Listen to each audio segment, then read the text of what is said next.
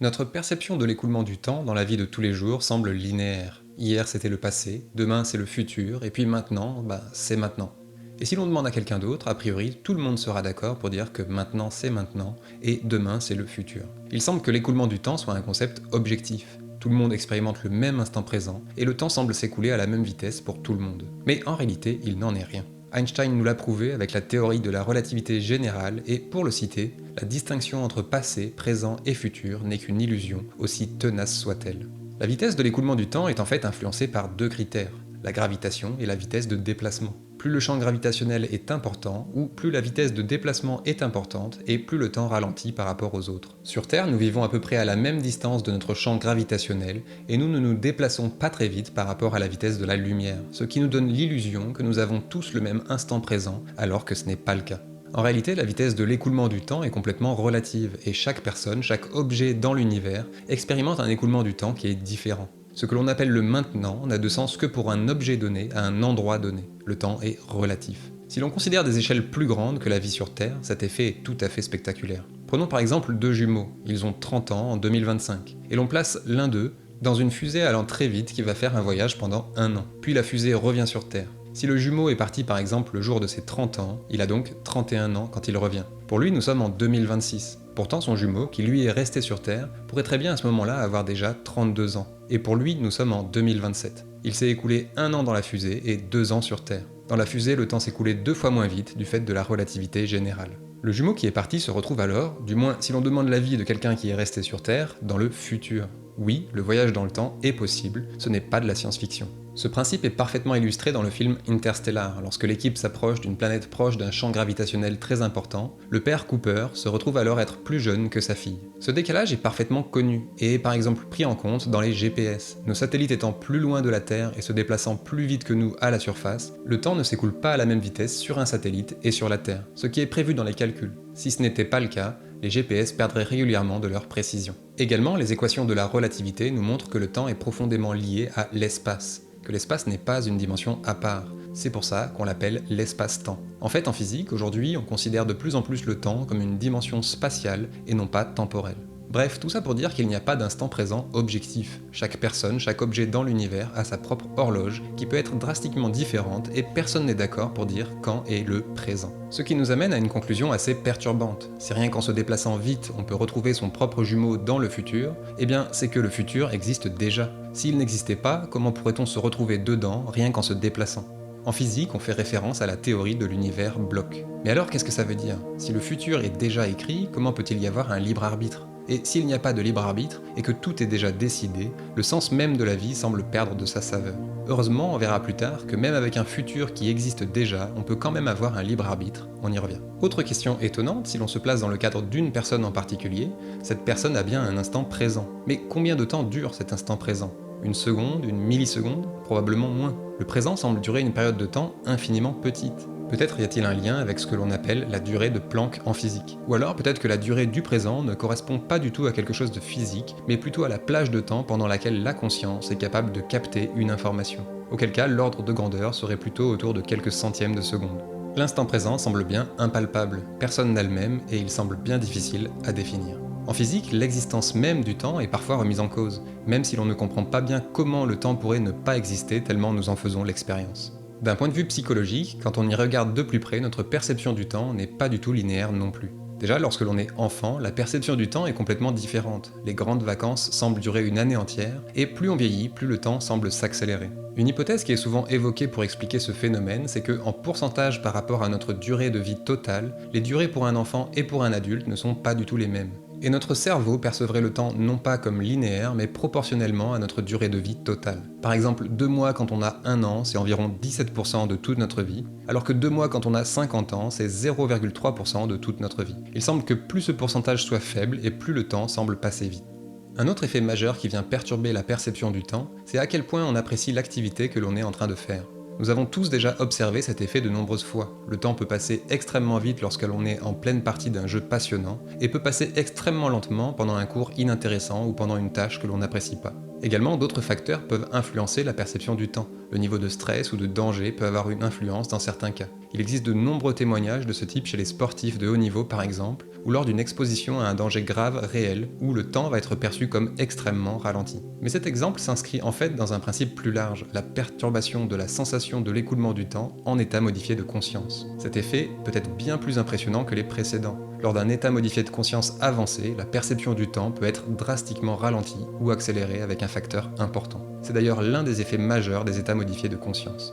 S'il ne semble a priori pas avoir de lien direct entre la variation de l'écoulement du temps en physique et les variations psychologiques dans notre perception du temps, notamment du fait que nos perceptions du temps fluctuent sans pour autant que l'on soit dans une fusée ou proche d'un champ gravitationnel intense. Mais il pourrait y avoir quand même un lien. Et cela relève d'une question assez profonde. Est-ce que ce ne serait pas justement en état modifié de conscience que nous faisons l'expérience de la non-existence du temps ? Mais revenons à la physique. Il semble donc que le futur existe déjà, c'est l'univers bloc.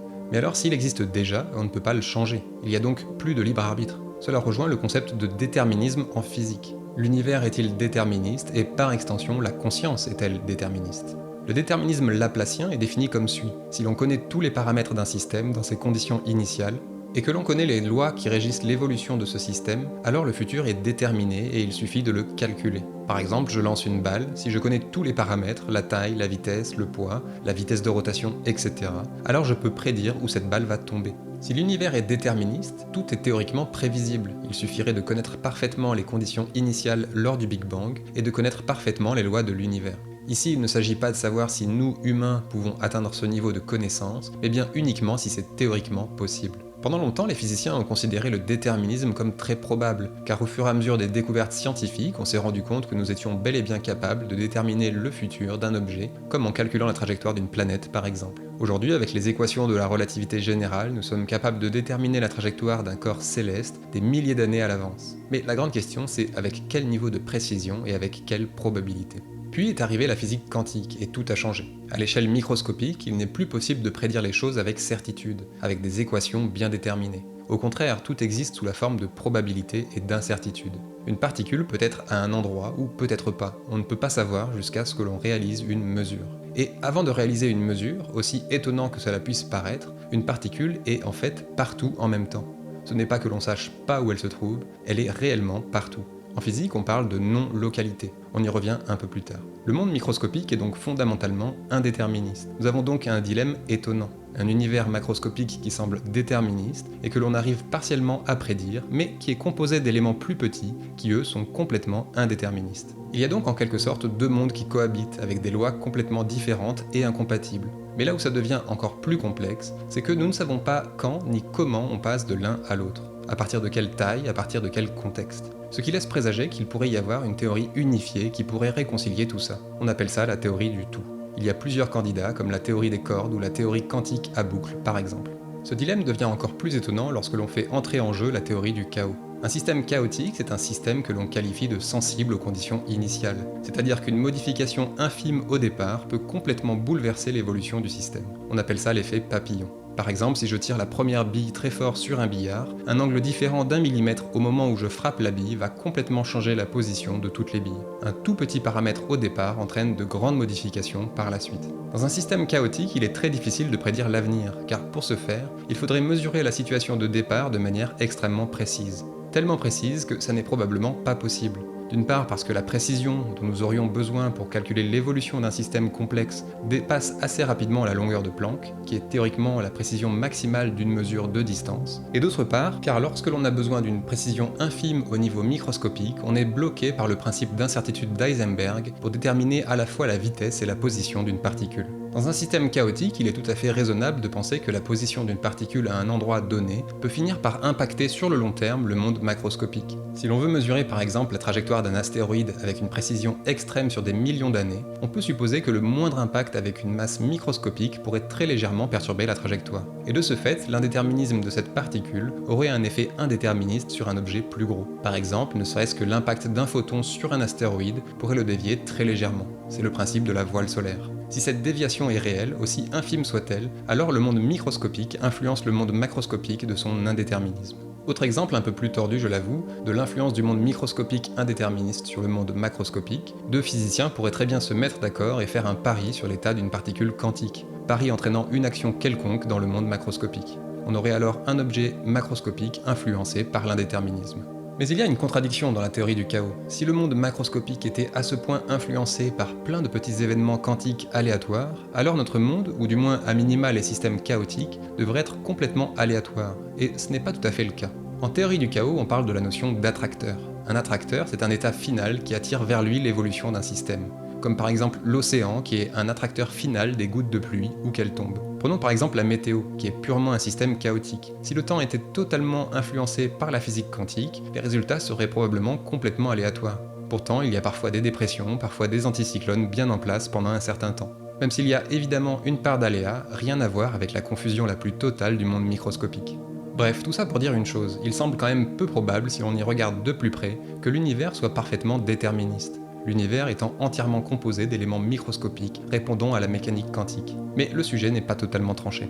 En physique quantique, il y a une expérience qui est absolument fabuleuse. Il s'agit de l'expérience de la double fente. Si vous ne connaissez pas cette expérience, je vous invite vraiment à aller voir une vidéo sur le sujet. Cette expérience nous renseigne entre autres sur la dualité onde-particule et sur le rôle de l'observateur en physique quantique. La découverte du rôle de l'observateur dans la mesure, dans un monde que l'on pensait objectif, est très perturbante. Pour prendre un exemple le plus parlant possible, dans le monde macroscopique, ce n'est pas parce que l'on regarde un ballon de foot ou que l'on mesure sa vitesse que ça le fait aller plus ou moins vite, ou que ça le fait aller dans le but ou pas. En physique quantique, le fait d'observer une particule, de réaliser une mesure, la fige dans un état en particulier. On appelle ça le phénomène de décohérence. Avant la mesure, la particule est dans plein d'états possibles, sous la forme d'une onde. Après la mesure, on obtient une particule dans un état unique. C'est le fameux chat de Schrödinger. Cette influence de la mesure sur le monde quantique relève une question absolument centrale. Quel est le rôle de la conscience dans la matérialisation du monde ? Dans une version plus élaborée de l'expérience de la double fente, que l'on appelle l'expérience du choix retardé, les résultats vont encore plus loin pour faire vaciller un concept que l'on pensait être solide, la causalité. La causalité, c'est assez simple. Si je prends une pomme et que je la lâche, elle tombe. C'est parce que je l'ai lâchée qu'elle tombe. La cause précède l'effet. On ne va pas entrer dans le détail, il y a également plein de vidéos sur le sujet, mais pour résumer, cette expérience a montré que, en fonction de l'interprétation de la physique quantique que l'on utilise, qu'une observation réalisée dans le futur pourrait influencer le comportement d'une particule dans le passé. Oui, c'est tout à fait sérieux, le futur pourrait influencer le passé. On parle alors de rétrocausalité. L'effet précède la cause. Et bien qu'il n'y ait pas vraiment de consensus scientifique sur les conclusions de cette expérience, les résultats sont tout à fait exceptionnels. Mais revenons sur la notion de l'univers bloc.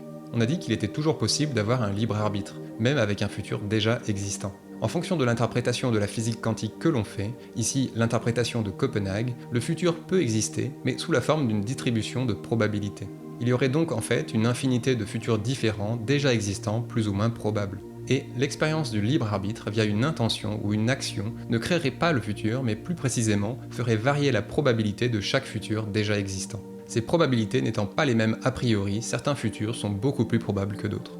En psychologie ou parapsychologie, une synchronicité, c'est l'occurrence d'un événement, d'une coïncidence hautement improbable qui va souvent apporter une information particulièrement pertinente à quelqu'un à un moment précis. Bien souvent, cette coïncidence n'a de sens que pour la personne qui la vit. Le principe même de la synchronicité la rend quasiment impossible à étudier en utilisant la méthode scientifique, se produisant à des moments qui semblent aléatoires et n'ayant de sens que pour une seule personne. Les synchronicités ne sont donc pas reconnues en sciences classiques car restant à démontrer, et les personnes qui croient aux synchronicités sont souvent les personnes qui les ont directement expérimentées. Même lorsque l'on expérimente une synchronicité, il est difficile de conclure quelque chose. Est-ce que c'est simplement un hasard ? Est-ce que c'est simplement moi qui invente une signification à cet événement ? C'est plus souvent lorsque l'on expérimente un enchaînement de plusieurs synchronicités que l'on finit vraiment par se dire qu'il y a quelque chose de bizarre. Pour qualifier un phénomène de synchronicité, il est nécessaire qu'il y ait des probabilités extrêmement basses. Pour étudier les synchronicités personnellement, il convient d'essayer de calculer les probabilités de chaque coïncidence, et de ne pas s'emballer au moindre événement étonnant qui peut être un simple hasard. Également, il convient à mon avis de ne pas rejeter d'office le phénomène, car il existe des milliers de témoignages sur le sujet. On ne peut qu'accepter la synchronicité a minima comme expérience subjective, reste à prouver son objectivité. Mais alors, quel est le rapport entre les synchronicités et tous ces concepts de physique ? Eh bien, si l'on fait l'hypothèse que le futur existe déjà, que l'univers est bien indéterministe, et que la rétrocausalité est réelle, ce qui est tout à fait possible, alors le phénomène de synchronicité n'est plus si choquant que ça finalement. Le phénomène ne serait qu'un effet rétrocausal du futur, qui ne peut évidemment exister que dans un univers indéterministe. Bon ok, la notion de temps a l'air d'être un concept très relatif, mais l'espace et la matière, ça c'est concret, non ? Cette table par exemple devant moi, elle est réelle. Eh bien, peut-être pas, et cela nous renvoie d'ailleurs à la question de ce qu'est le réel.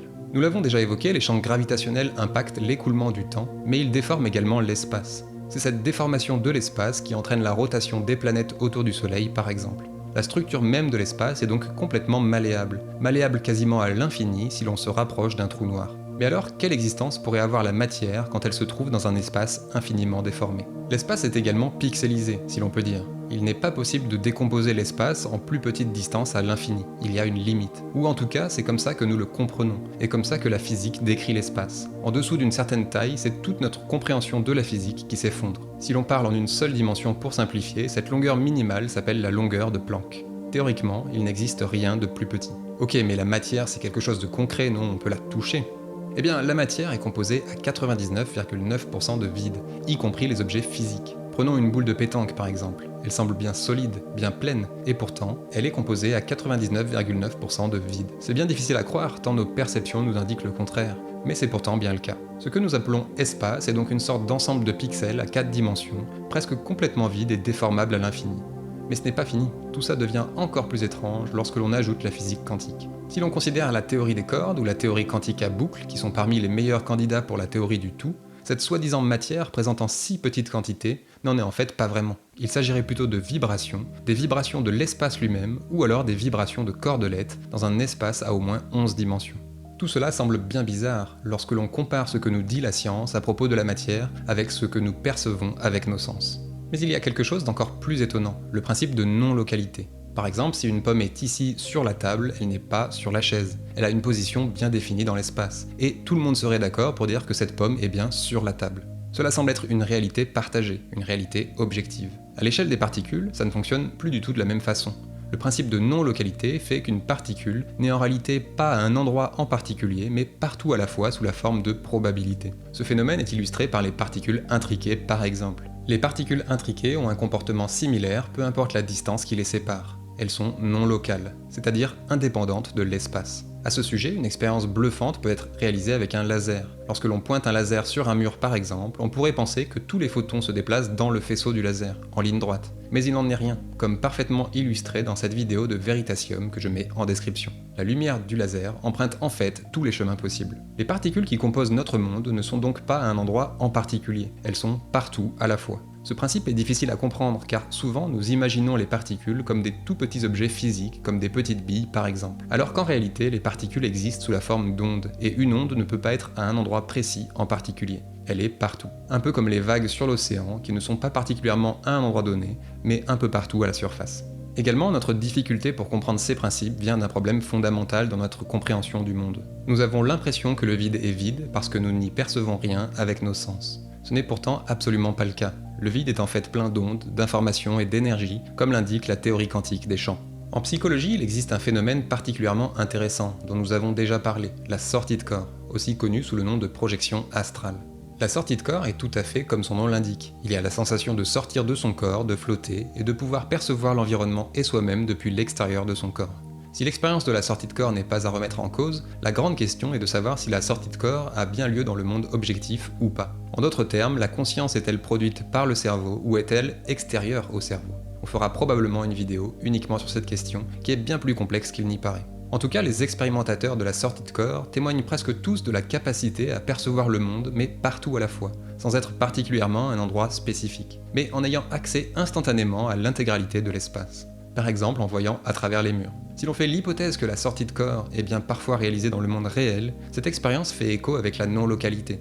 Et les deux concepts pourraient être liés. La conscience pourrait très bien avoir des propriétés quantiques et pourrait même être en dehors de l'espace à 3 dimensions classique, lui permettant de voyager partout dans l'espace. Bon, une telle affirmation reste à prouver, mais en tout cas, ce n'est pas exclu par la physique, et l'hypothèse aurait le mérite d'expliquer, entre autres, les nombreux témoignages impressionnants d'expériences de mort imminente. Trouver une théorie qui s'inscrit à la fois dans la compréhension de la physique quantique et de la conscience en une théorie unifiée, c'est le travail qu'a réalisé Philippe Guillemant dans plusieurs livres, dont celui-ci, La physique de la conscience. Il y défend le fait que l'espace, la matière et le temps ne sont que des illusions. Il développe notamment la rétrocausalité et la capacité qu'a la conscience à l'utiliser via les synchronicités, dans une théorie complètement révolutionnaire qui tente d'expliquer les liens profonds entre la conscience et l'univers. Et même si ces idées et théories ne font pas consensus, elles n'en demeurent pas moins sérieuses et cohérentes, peut-être même en avance sur leur temps. Pour Philippe Guillemant, c'est bien la conscience qui est responsable du phénomène de décohérence en physique quantique, et donc plus généralement la conscience qui crée le monde qui nous entoure. Ce changement de paradigme bouleverse notre compréhension du monde. La conscience qui crée le monde qui nous entoure est un concept qui nous paraît bien étrange, car ce n'est pas l'impression que ça donne lorsque l'on expérimente la vie. Nous avons l'impression d'être une conscience dans un univers objectif. Mais, comme nous l'avons vu, il n'y a pas vraiment d'univers objectif.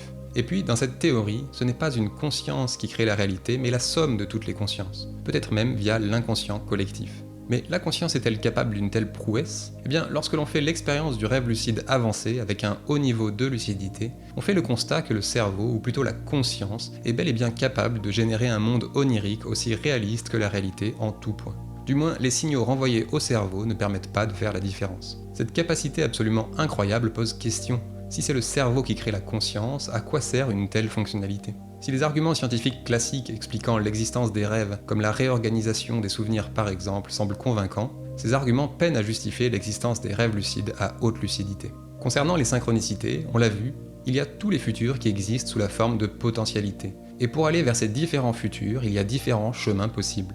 Les synchronicités pourraient arriver, d'après Philippe Guillemant, quand un chemin, une ligne de temps, vient en croiser une autre. La collision entre ces deux lignes de temps créerait la synchronicité. Prenons un exemple. Vous vous posez des questions quant à votre vie professionnelle et mettons qu'il existe deux futurs possibles, celui dans lequel vous avez démissionné et celui où vous n'avez pas démissionné. Actuellement, vous n'avez pas encore pris votre décision.